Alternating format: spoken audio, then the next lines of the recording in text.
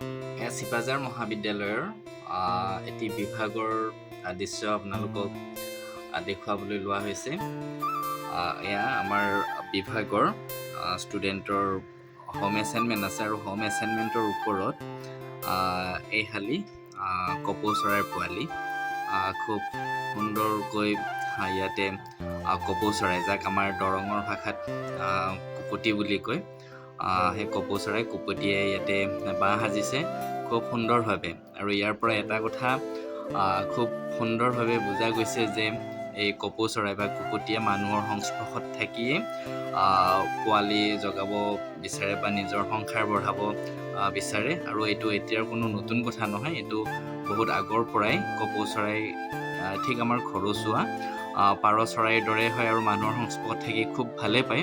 আমাৰ বিভাগৰ ডিজিটেল ৰুমতো এচিৰ ওপৰত তেনেকুৱাকৈ কপৌ চৰাইয়ে বাঁহ সাজিছিলে, কিন্তু এচি মেচিন এনেকৈ বাঁহ সাজিলে আৰু বিভিন্ন ধৰণৰ মেটেৰিয়েলছ কপৌ চৰাইয়ে লৈ আহে বাঁহ সাজিবৰ কাৰণে, আৰু সেইবোৰ ভিতৰত সোমাই গ'লে এচি মেচিন বেয়া হোৱাৰ কাৰণে আমি মাজতে মানে তেনেকুৱাকৈ দুবাৰমান কণী পৰাৰ আগমুহূৰ্ততে আমি ভাঙি দিছিলোঁ।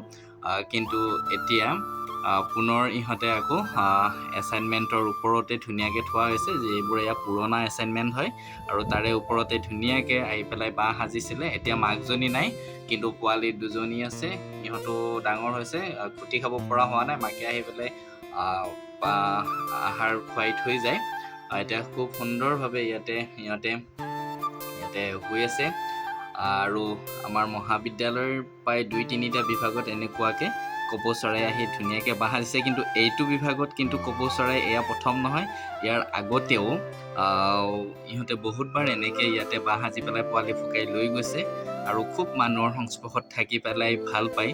আৰু আমিও ইহঁতক মানে খুব অতি আদৰ বা যত্নৰে ইহঁতক কোনো অসুবিধা নোহোৱাকৈ আমিও ৰাখিছোঁ। কিন্তু মই আগমুহূৰ্তত উল্লেখ কৰিছিলোঁ, এচি মেচিনত থাকিলে এচি মেচিনৰ ওপৰতে ইহঁতে বাঁহ সাজিছিলে। আমি দুবাৰমান তাতে কিন্তু সেই বাঁহ আমি ভাঙিও দিছোঁ কণী পৰাৰ আগমুহূৰ্ততে। কিন্তু এতিয়া ইহঁতে খুব সুন্দৰ ঠাই বিচাৰি পাইছে আৰু ইয়াতে এনেকৈ ইহঁতে ধুনীয়াকৈ পোৱালি ফুকাইছে, আৰু এই দুটা কপৌৰ পোৱালি।